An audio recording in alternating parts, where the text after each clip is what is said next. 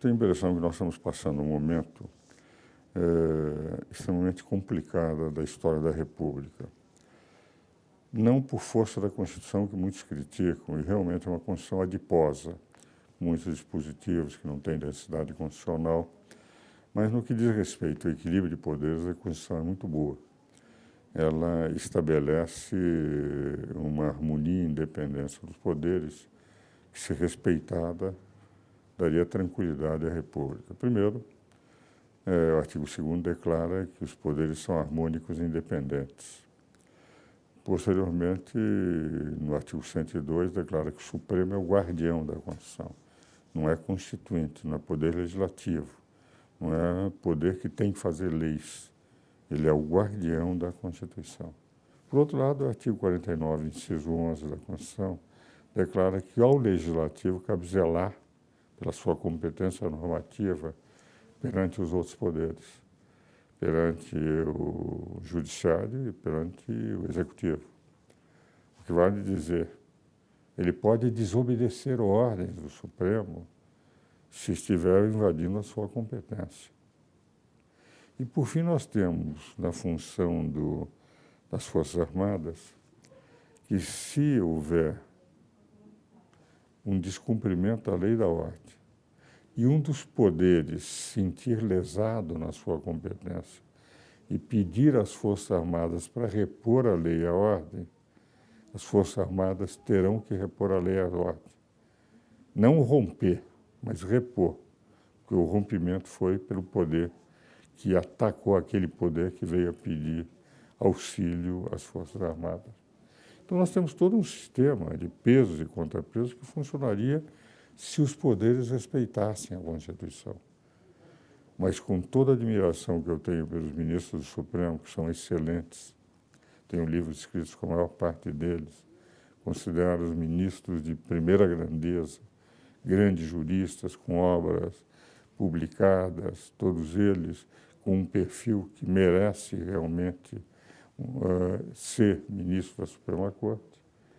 Mas, apesar dessa admiração que eu tenho por eles têm extravasado. Por exemplo, no momento em que eles declararam que candidato derrotado é que seria governador no afastamento de governador e vice, romperam o artigo 81, que não vale só para a União, vale como princípio geral de estados e municípios. Quando eles disseram e definiram que o Delcídio e Eduardo Cunha teriam que ser presos sem oitiva do Senado, e foram presos sem oitiva do Senado da Câmara, violaram o artigo 53, parágrafo 3º, que declara que, uma vez recebida a denúncia, a autorização para processar e prender tem que vir da Câmara dos Deputados ou do Senado. Quando eles disseram que pares de homossexuais têm um casamento idêntico ao casamento dos heterossexuais, eles criaram uma hipótese que não está na Constituição. O artigo 226, parágrafos 1º a 5º, diz que casamento onde estava só pode ser entre homem e mulher. Quando eles disseram que os anencéfalos podem ser abortados, eles criaram uma terceira forma de impunidade. Na lei, no 128 do Código Penal, o aborto o aborto terapêutico e o aborto sentimental, mas não o aborto eugênico. Eles criaram uma terceira hipótese de aborto eugênico. Então, nós temos inúmeras, quando eles definiram que, a partir da segunda instância, o cidadão pode ser culpado e já ser preso, eles violaram o inciso 57, artigo 5º da Constituição, que declara que a pessoa só pode ser considerada culpada depois do trânsito em julgado de uma decisão condenatória. Então, o Supremo passou a trazer um elemento de profunda intranquilidade jurídica ao legislar no lugar do Poder Legislativo. E por que intranquilidade jurídica? Porque, contra as leis inconstitucionais, eu posso recorrer ao Judiciário. contra uma decisão do Supremo legislando, não tem a quem recorrer. Por outro lado, evidente que o Congresso poderia reagir, mas o Congresso não reage porque um terço do Congresso está sendo investigado, o que traz, eles não têm coragem de enfrentar o Poder Judiciário.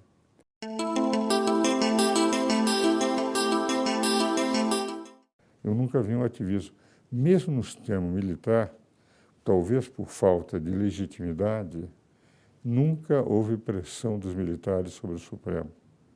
Eu ganhei questões contra o governo federal, em plena época militar, no período de maior repressão, de 69 a 71, questões relevantes de um Supremo independente em que não havia qualquer tipo de pressão de qualquer natureza.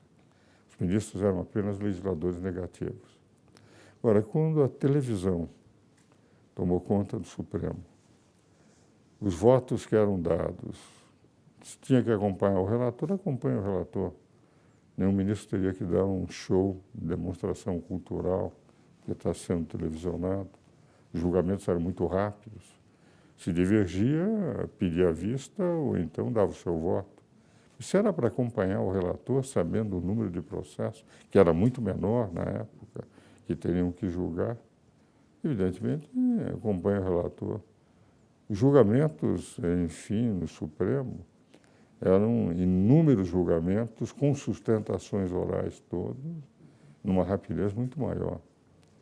Agora, isto fez com que esse ativismo judicial começasse a surgir. E houve um momento em que eu creio que eles sentiram, em função da própria desfiguração do Congresso, com tudo aquilo que tem se apurado, de que efetivamente caberia a eles moralizar o Congresso, se transformando em legisladores positivos.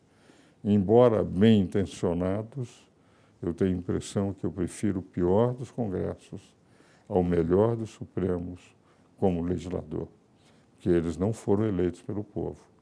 O Congresso, por pior que seja, foi eleito por 140 milhões de brasileiros, o Supremo por um homem só.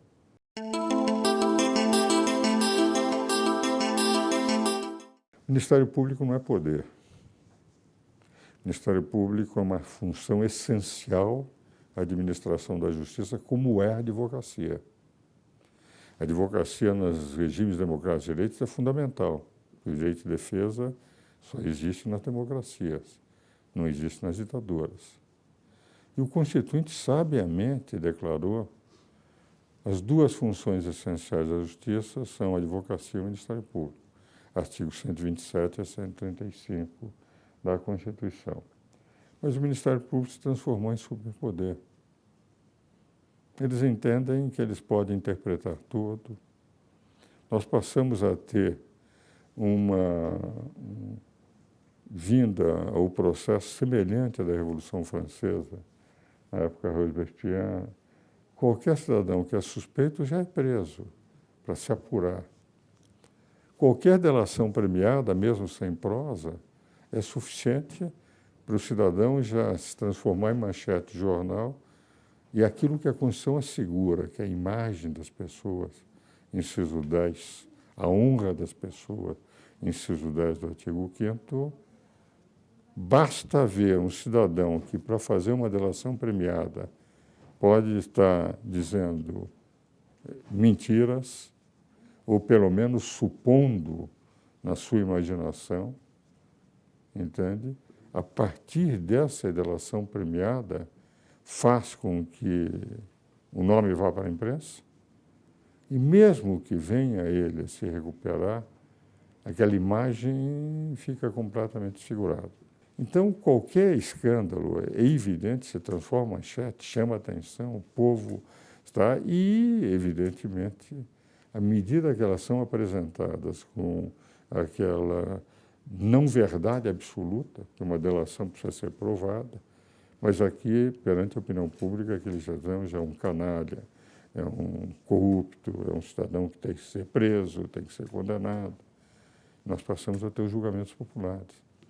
Na Revolução Francesa de 1792 a 94, quando substituíram os tribunais judiciais por tribunais populares, qualquer denúncia levava o cidadão à guilhotina. Porque o povo não julga.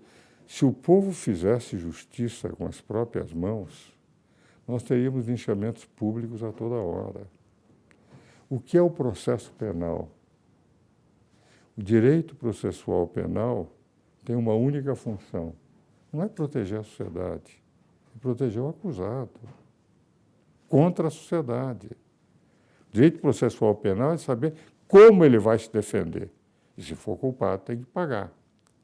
Agora, no momento em que os cidadãos são condenados previamente pela imprensa, por opinião pública, etc., há até uma pressão psicológica sobre os juízes, porque procurar a verdade em algo em que a opinião pública já condenou, o juiz precisa ter muita coragem, entende? Porque é muito mais fácil seguir a onda. Então, hoje nós vivemos um judicialismo, o que eu chamo, nós estamos num estado judicialesco, entende? E que preocupa muito. E tivemos a banalização de prisões, banalização da permanência do cidadão na prisão para fazer delação premiada. O senhor só vai sair se me fizer uma delação neste sentido. Porque uma das características das delações premiadas não é qualquer delação que interessa, é aquela que interessa ao Ministério Público. E o Ministério Público passou a ter uma função de poder que não é pela Constituição. Basta dizer, um Procurador-Geral da República resolve dar contra a lei um benefício de impunidade absoluta para 2 cidadãos e durante 3 meses a economia brasileira para. Quando ele não podia dar, o artigo 4º, parágrafo 4º, inciso 1º da Lei de Delação Premiada 12.850 declara o quê? Chefe de organização criminosa tem que ser denunciado, não pode ser anistiado. E ele entendeu que os batistas não eram chefes de organização criminosa para dar os benefícios que o Procurador-Geral da República deu aos 2. E, evidentemente, essa judicialização, esse protagonismo cinematográfico do Procurador-Geral da República parou o Brasil durante 3 meses. Então, eu tenho a impressão que é necessário pessoas mais ponderadas, como o programa que os senhores fazem, ouvindo outros especialistas, que temos que pôr na cabeça de homens bons, que cada um deve ficar dentro dos limites das suas competências constitucionais.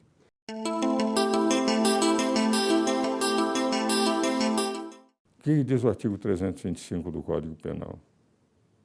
Vazamento de informação por membro de poder que é obrigado a guardar sigilo é crime da cadeia. O Ministério Público não fez uma investigação sequer sobre os membros do Ministério Público que permitiram o vazamento. Isso é prevaricação. Crimes praticados de vazamento, que os jornais sabiam da notícia muito antes que os acusados. Quando era para ser preso alguém, já estava toda a imprensa lá, um vazamento que não poderia haver, é crime 325 do Código Penal. Nunca foi alguém, me entende, acusado pelo Ministério Público contra esse crime que está no Código Penal. O que vale dizer, isso alimenta as redes sociais. Então, o combate à corrupção é um combate que todos nós queremos, mas dentro da lei. Nós não podemos fazer com que, porque eu quero um determinado objetivo, eu utilizo processos ilegais para obter uma condenação que me parece justa porque o cidadão é corrupto. Entende? Agora, isso, evidentemente, é uma forma, na medida em que se pretende alimentar a imprensa e as redes sociais, de criar, digamos, um cadinho que auxilia o Ministério Público obter o que ele pretende, que é a condenação de fulano, beltrano, ciclano, independente do direito de defesa. Agora, corrupção, todos nós temos que ser contra. Um país que vive vicejando na corrupção, evidentemente não pode evoluir. E hoje é uma política mundial de combate à corrupção. Agora, tem que ser dentro da lei, não fora da lei.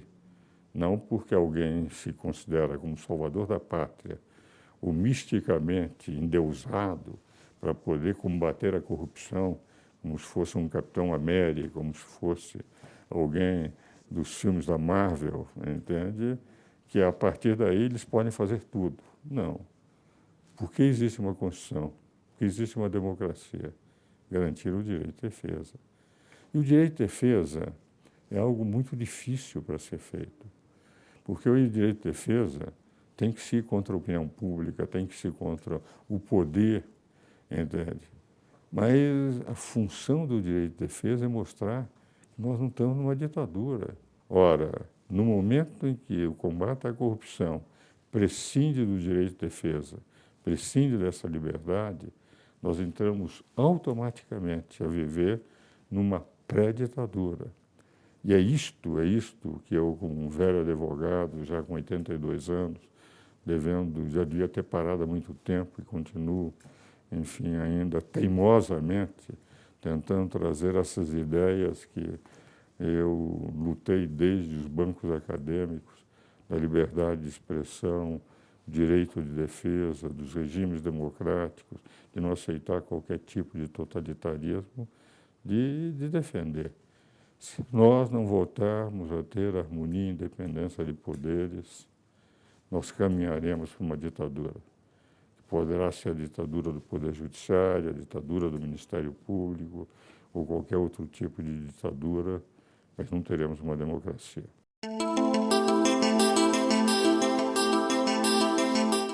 Jamais eles cumpririam a ordem.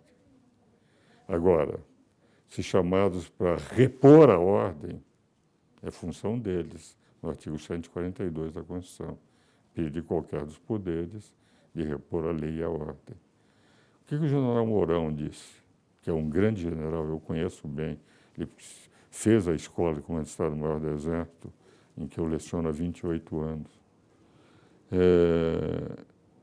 Como o general Mourão disse, é o seguinte: se houver um caos total, das funções preservar, primeiro, defender a pátria. Segundo, preservar as instituições. Terceiro, repor a ordem a pedido de qualquer dos poderes. Mas que tenhamos um caos absoluto. Não se entender mais. Invasões, prédios que são incendiados, poder público, etc. Qual é a função? É repor a ordem. Mas nunca assumir. Ele não disse que a função do Exército era assumir. Era repor a lei e a ordem. Eu conheço bem essa é a mentalidade dele. Basta dizer que ele não vai ser punido, porque ele não disse, ele apenas disse que está no artigo 142. Agora, os jornais descontextualizaram, dando a impressão de que eles estão dispostos a entrar. Na verdade, o que eles disseram, se não puserem e entraram, por exemplo, a entrada do Exército em Brasília quando começaram a pegar o fogo nos prédios públicos. Foi chamado, simples fato, eles estarem presentes, no dia seguinte acabou tudo. Em 24 horas puderam voltar para o quartel, porque a presença deles terminou todas aquelas violências com 8 ou 10 ministérios que foram atingidos. Quer dizer, isso não é democracia. Dizer, não, a democracia é o direito do povo destruir tudo quanto é poder público. Democracia é o direito de não respeitar a propriedade. Democracia é o direito de fazer o que cada um pretende e não pode ser atingido na sua liberdade. Agora, se pretender repor a lei e a ordem, isso é uma violência que não pode ser feito contra arruaceiros, contra baderneiros, contra incendiários, contra marginais, contra pessoas que não trabalham, que prejudicam o trabalho dos outros. Então, jamais, eu conhecendo bem, nenhum deles pretenderia romper a ordem, mas repor a ordem, se necessário.